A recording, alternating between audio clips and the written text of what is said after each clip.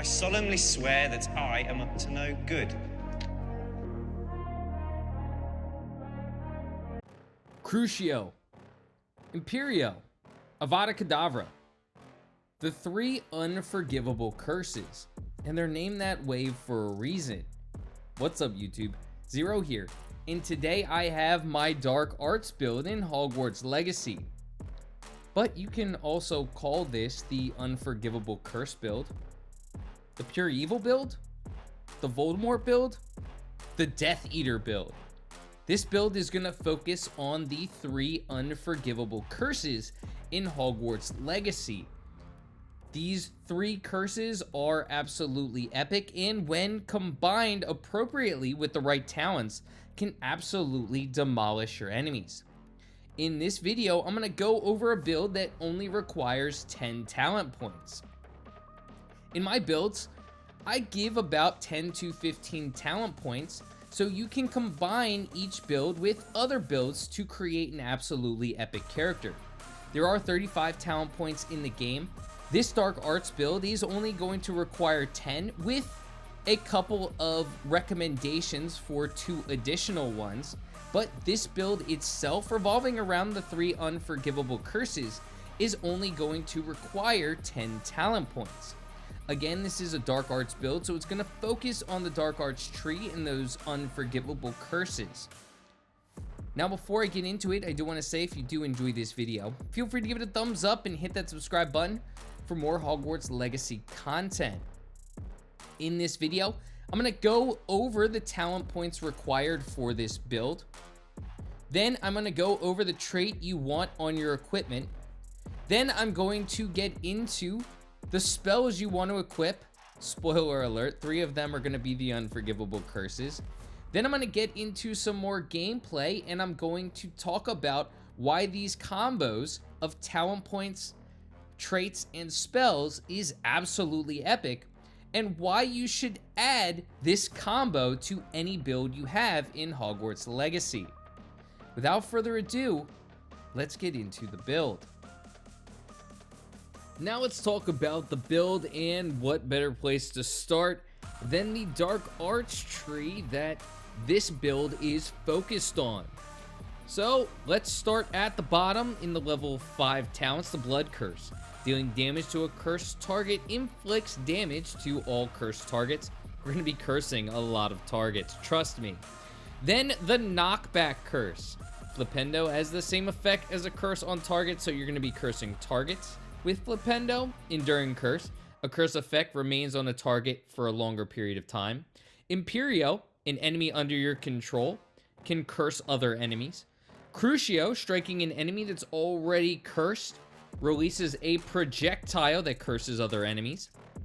And Avada Kedavra Mastery, killing an enemy with Avada Kedavra kills all cursed enemies. So that's a total of 6 points in our Dark Arts tree. Now we're going to have 3 in our core with an option for another. Basic Cast Mastery, Basic Cast, impacts reduce spell cooldowns. That's going to be really important. Basic Cast Airborne Absorption. Our Basic Cast impact on airborne enemies increase the Ancient Magic meter more. And Evasion Absorption. Successfully evading an unblockable attack with dodge contributes more to the Ancient Magic meter. Now let's go down to the optional spell knowledge, and I'm going to talk about why you may really want to consider investing in this for this build a little bit later, but this adds another spell tree to your repertoire. Now, the Room of Requirement, we're going to have 2. First is the Eaterus Potion Potency. This potion is going to make you invulnerable now and deflect projectiles back on attackers. And then the Focus Potion Potency. The duration of the Focus Potion's effects will be extended when any spell from the spell set is cast during its use, so you're going to be able to utilize it longer. And then the trait on our equipment, Unforgivable 3, significantly increased damage dealt to cursed targets. So of course we're going to be cursing a lot of targets, that's going to be important. So now let's get into the spells. Avada Kedavra, the Killing Curse, kills enemies instantly, and we saw the upgrade. Crucio, causes enemies to writhe in pain. They take damage over time. So they're going to be out of the equation as long as they are affected by Crucio. And Imperio forces an enemy to fight on our side. Of course, with Imperio Mastery, they also curse any target that they hit. And finally, we have our very quick cooldown spell, Flipendo, that's going to flip enemies and objects up into the air, which is great for juggling enemies. Now that we've talked about the spells, let's get into some more gameplay and talk about why this combo of talents and spells is absolutely epic. Avada Kedavra is absolutely epic. A spell that kills most enemies with one strike. Now that by itself is amazing. However, if you combine it correctly, it's going to wreak havoc on the battlefield. And your battle is going to be done within a matter of seconds. So, of course, Avada Kedavra Mastery is imperative for this build. Any cursed enemy will immediately be killed once you cast Avada Kedavra and kill another enemy.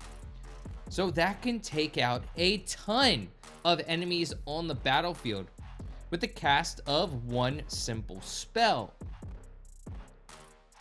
Now, this is why Crucio Mastery is also extremely important. When you cast Crucio, now you're spreading that curse around to other enemies. So multiple enemies are going to be absorbing a curse. On top of that, combining it with Imperio Mastery. So when a target that you have cast Imperio on hits other targets, those other targets now get cursed. Of course, Enduring Curse is also a must.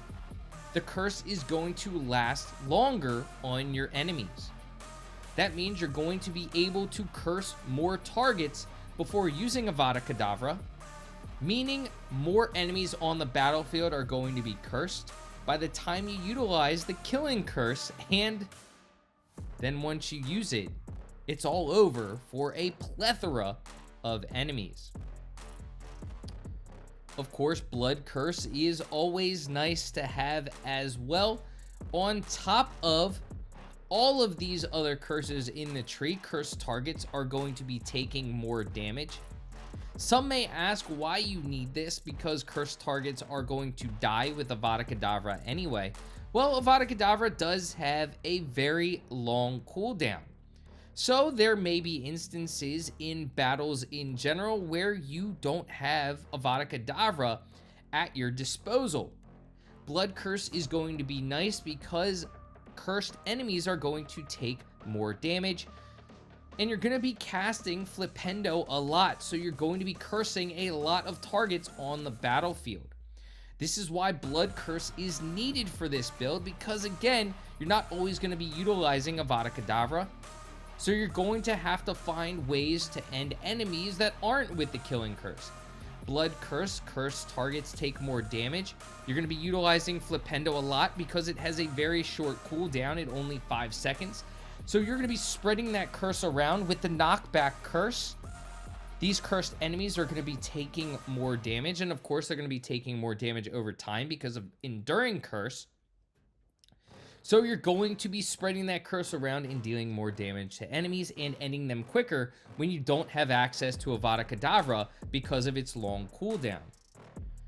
On top of that, Basic Cast Mastery and Basic Cast Airborne Absorption work really well with Flipendo. Flipendo is going to knock the enemies up into the air, so then you can utilize your basic cast on them, reducing your cooldowns and also increasing your ancient magic meter. So that's going to be nice as well. Those two basic cast mastery and airborne absorption are going to combine really well with Flipendo, which is why I recommend utilizing Flipendo as the fourth curse on top of the 3 unforgivable curses. Not only does Flipendo have an insanely short cooldown, but you're going to be spreading that curse around a lot because of the insanely short cooldown, and you can utilize it with basic cast airborne absorption and basic cast mastery to reduce your spell cooldowns and increase that ancient magic meter. Of course, evasion absorption, you're gonna be evading unblockable attacks. It's inevitable. So why not get this core talent point so you can increase your ancient magic meter a little bit quicker? And finally, the other 2 talent points required for this build. First, the Eaterus Potion. This is absolutely amazing. I'm surprised when some people may not utilize this. You turn your skin into rock.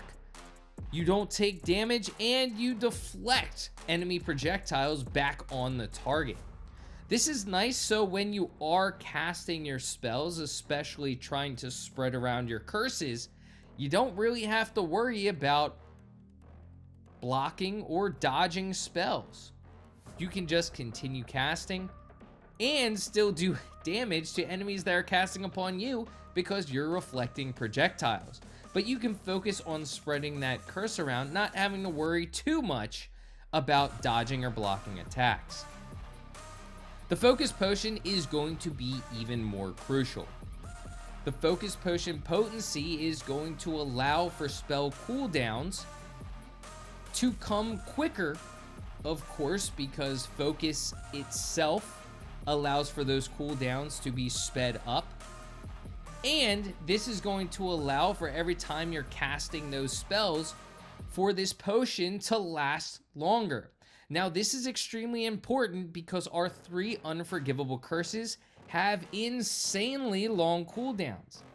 I already mentioned that Avada Kedavra has a 90-second cooldown, which is the longest cooldown in the game. Imperio has a 30-second cooldown, and Crucio has a 20-second cooldown. These are extremely long cooldowns in the game, so if you've cast all of them, you're going to be without spells except Flipendo for a very long time in your battle.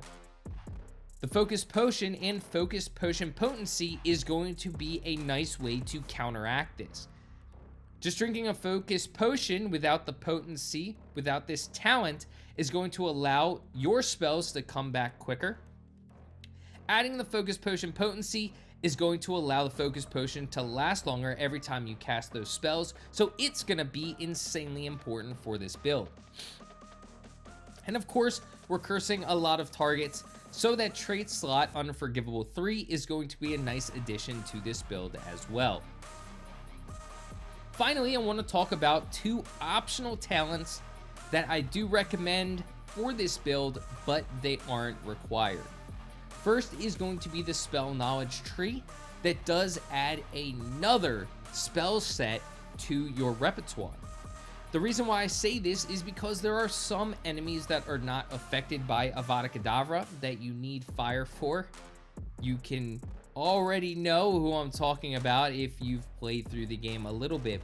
But there are some enemies that aren't going to be affected or insanely affected by these spells. So I do recommend on that Spell Knowledge Tree, you equip a couple of spells that deal fire damage for the Inferi that are going to be really difficult to take out with this spell tree.